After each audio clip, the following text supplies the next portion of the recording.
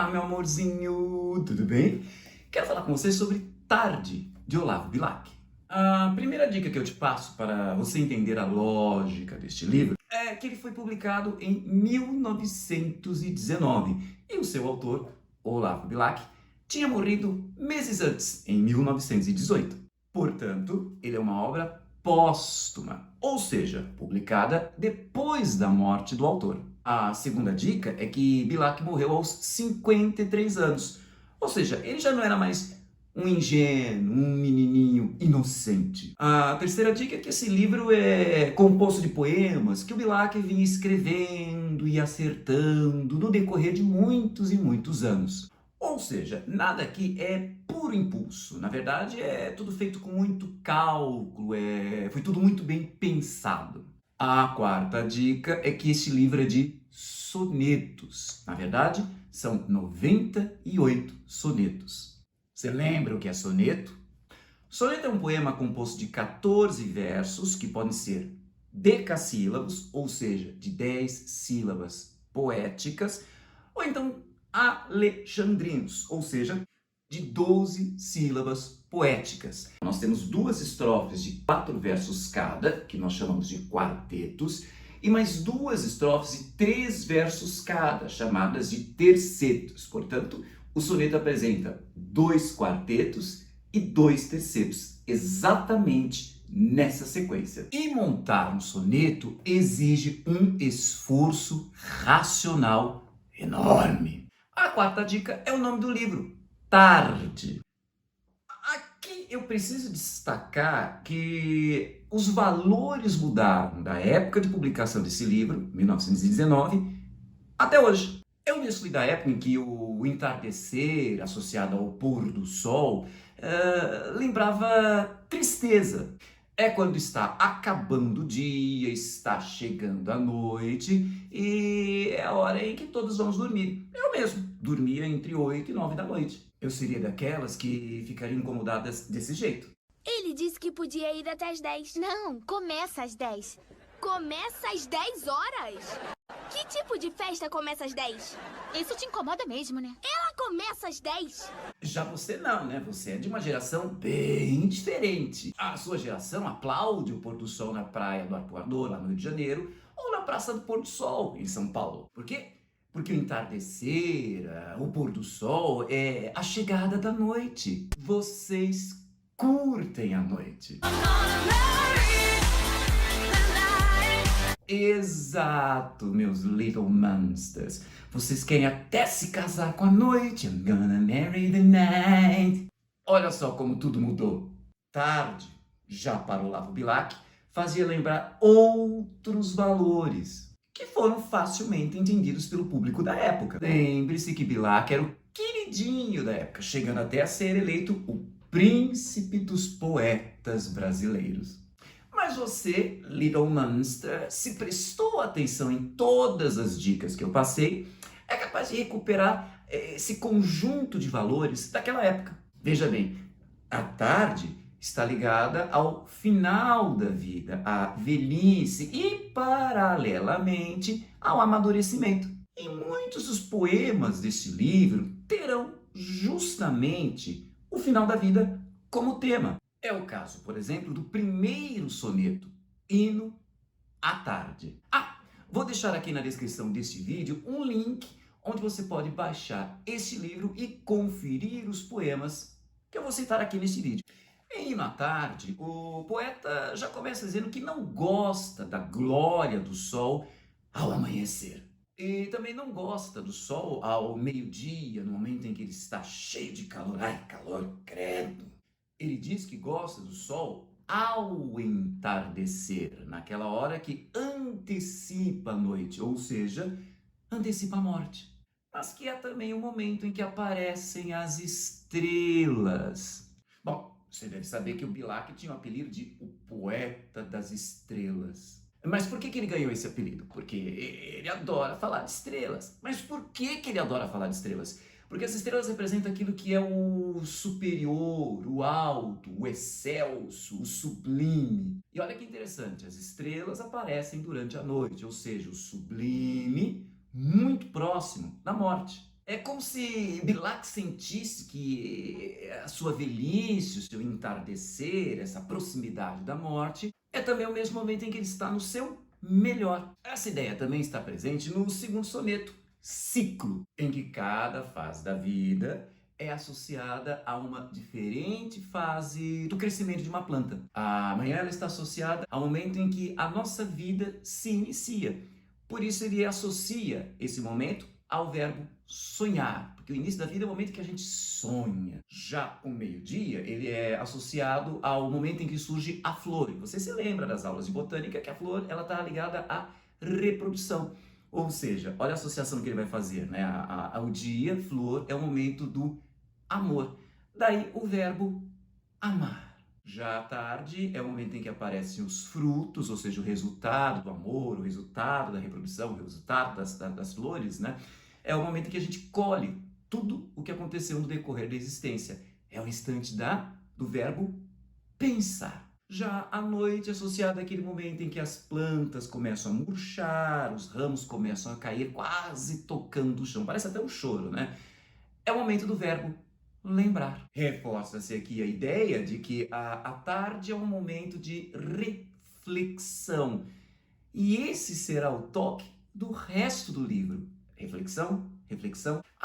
E essa proximidade entre o sublime e a morte você vai encontrar em outros momentos do livro, inclusive os poemas amorosos. É o que você vai ver, por exemplo, no poema Os Amores da Aranha e também no poema Os Amores da Abelha. Nos dois poemas, o ato sexual com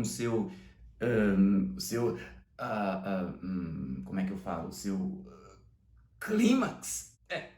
Quem entendeu, entendeu, né? Quem não entendeu é porque não está na idade ainda de entender. Enfim, o clímax amoroso vem acompanhado da morte do macho pela fêmea. Aqui você tem aquela ideia do homem sempre sofrendo por causa dessas mulheres cruéis. Coitados dos homens, como são malvadas essas mulheres. Mas professor, sou pequenininha, do tamanho de um botão, carrego papai no bolso e mamãe no coração. Por isso que eu estou com medo de ler este livro.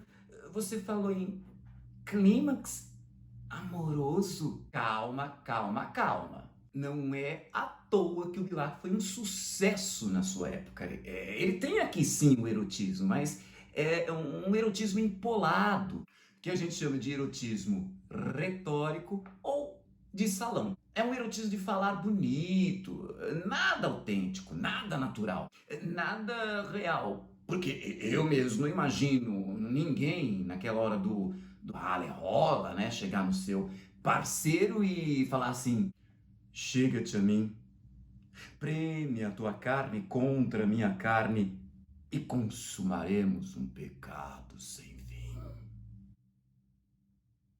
Na hora dá vontade no parceiro de sair correndo. Ui, eu prefiro jogar LOL.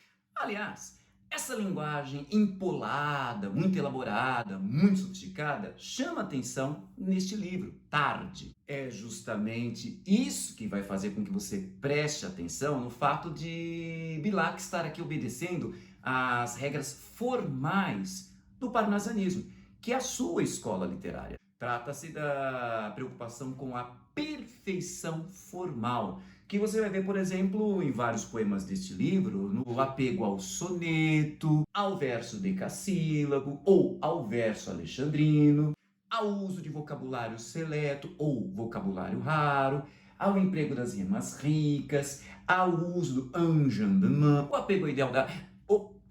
Quase que eu falo o mais famoso e talvez o mais importante ideal do parnasianismo, que é o ideal da arte pela arte.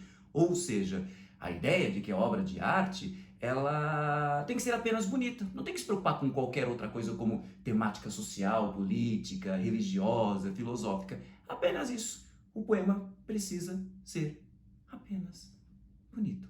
É o que você percebeu nos comentários que eu fiz aqui de alguns poemas desse livro. Eles não são apenas bonitos, eles apresentam reflexões, eles apresentam a abordagem de temática amorosa com uma pitada de erotismo.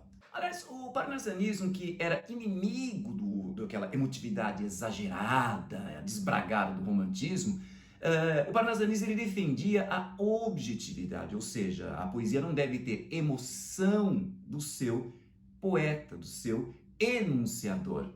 Regra que, como você percebeu, o Bilac não sabe cumprir direitinho. O pior é que em alguns poemas de tarde você até começa a pensar que ele está cumprindo o ideal do parnasianismo, porque você não vê o Bilac se colocando claramente no poema. Não é como o romântico que usa intensamente, claramente a primeira pessoa. Lembra Gonçalves Dias na primeira geração romântica? Não permita, Deus, que eu morra sem que volte para lá. Ou o Álvares de Azevedo na segunda geração, se eu morresse amanhã. Ou a Castro Alves na terceira geração, Senhor Deus dos desgraçados, em me vós. Olha como o romântico adora a primeira pessoa. Em vários poemas de tarde, você pode até imaginar que o Bilac obedece esse ideal de eliminar essa subjetividade, porque eu não vejo tão enfaticamente a primeira pessoa. Mas, no fundo, você começa a desconfiar que quando ele fala de uma terceira pessoa, quando ele está falando do outro, no fundo, ele está falando é dele. Ao falar da morte da abelha ou da aranha macho diante da fêmea, num momento de amor, ele está falando, ele está confessando suas experiências dolorosas nesse campo sentimental. Ao descrever um pôr do sol em Vila Rica, no poema Vila Rica, você começa a notar o tom melancólico do poeta. Ele não se coloca no texto, você não vê ele falando eu, mas você sente esse tom de tristeza, de melancolia na descrição do pôr do sol. No poema Crepúsculo na Mata, nossa, como tem poema que fala de crepúsculo nesse livro. Caso você não saiba, crepúsculo é o mesmo que pôr do sol, ou seja, é o momento da tarde, do entardecer. Mas enfim, quando no poema Crepúsculo na Mata você está lendo a descrição que ele faz da mata, no fundo você vai perceber que o que ele está fazendo é a narração de um ato amoroso. E aí está a emotividade do poeta. Eu estou falando ato amoroso, mas ainda só entre nós, né? Não vamos deixar as pessoas inocentes perceberem. O que ele está falando é um ato sexual nesse poema. Enfim, tudo é motivo para ele se emocionar e emocionar o público. Seja por meio do tema, seja por meio da linguagem, que é muito bem elaborada, é muito bonita, muito bem poética. Que, diga-se de passagem, foi recentemente alvo de preconceito. Porque andaram dizendo que a poesia de Bilac é daquelas que não exigem cérebro para ler. Como se o que é bom tem que ser difícil, tem que ser complicado. O problema é que, para os dias de hoje, a poesia de Bilac já não é mais tão fácil assim. Primeiro, por causa do vocabulário. Segundo, por causa justamente dessa elaboração poética. Quer um exemplo? Veja o poema Língua Portuguesa analisado aqui neste canal. Ele é talvez o soneto mais famoso de Olavo Bilac, e está aqui no livro Tarde, e talvez só perca para um outro soneto, A um Poeta, que também está no livro Tarde e também está aqui, analisado no nosso canal. Confira esse vídeo aqui. É até interessante ver esse vídeo porque ele vai apresentar alguns dos ideais que orientaram a poesia parnasiana. Outro problema que talvez afaste o leitor preguiçoso de hoje dos poemas de tarde de Olavo Bilac é o constante emprego nesse livro da alegoria. Você sabe que a alegoria é uma sequência de metáforas que juntas acabam contando uma historinha que tem, na verdade, a preocupação de nos passar uma lição, de nos ensinar alguma coisa. É o que você vê, por exemplo, naqueles sonetos, Os Amores da Aranha, Os Amores da Abelha, em que, ao se falar da morte do macho pela fêmea durante o ato sexual, o Bilac não está passando para a gente uma aula de biologia no estilo Discovery Channel ou Nat Geo. Na verdade, o Bilac está usando essa historinha, essa alegoria, para montar uma imagem sobre o morrer por causa do amor. Nada mais é do que o tema do sofrimento amoroso. Amicalia. Você deve estar pensando, nossa, professor, mas já é a terceira vez que você cita esses dois poemas? Desculpa, mas é que eles me tocaram muito, né? Você sabe, né? Eu tenho ascendente em câncer, lua em câncer, então eu sou muito emotivo. Não que eu acredito em horóscopo, como todo taurino, eu não creio em horóscopo. Mas é que eu já sofri muito de amor, por isso que esses poemas me tocaram. Aliás, eu acho que você também já sofreu de amor. E aí, esses poemas de Bilac vão acabar também se comunicando fácil com você, né, amiga? Tá aí o motivo do seu sucesso com o público na época. Por fim, resta lembrar que haverá espaço em Tarde para o nacionalismo, com o poeta elogiando a nossa paisagem, as figuras da nossa história, as figuras da nossa cultura. Há também espaço para grandes figuras da cultura universal, como Beethoven, como John Milton, como Michelangelo, que mais? Dante Alighieri, Jesus Cristo, a Rainha de Sabá. E, como não poderia deixar de ser para um parnasiano, há também referências a elementos da cultura clássica, como Édipo, Prometeu, Cleópatra, Hércules. Mas muitas vezes nos dando a impressão que o poeta está naquele esquema de, mais do que falar dessas grandes figuras, parece que no fundo ele está falando é dele, ou no fundo ele está utilizando essas figuras para expressar o seu lado emotivo. Ou seja, não são meros relatos, não são meras narrações frias, objetivas. É o que você vai ver, por exemplo, no soneto A Velhice de Aspásia, em que se relata que as pessoas, quando veem a velha Aspásia, exclamam: que sol nos teus cabelos brancos brilha mais do que a aurora, o final do teu dia. A aurora é o momento em que o sol está nascendo. E você sabe onde está o sol no final do dia. Já está fazendo as relações no eixo do tempo? Ah lá. O Bilac está falando, na verdade, de Aspásia ou é dele mesmo? Enfim, esses são os elementos mínimos que eu queria que você tivesse em mente em relação à Tarde de Olavo Bilac. Espero que minhas orientações tenham sido úteis. Se você gostou, curte aí, deixe o seu comentário e compartilhe esse vídeo em suas redes sociais, porque conhecimento é para isso, né? Para ser compartilhado. E não se esqueça de se inscrever no nosso canal e de ativar o sininho para ficar sempre sabendo de nossas novidades. Um beijo, seja durante a aurora, seja durante o meio-dia, seja durante a tarde, e até o nosso próximo encontro.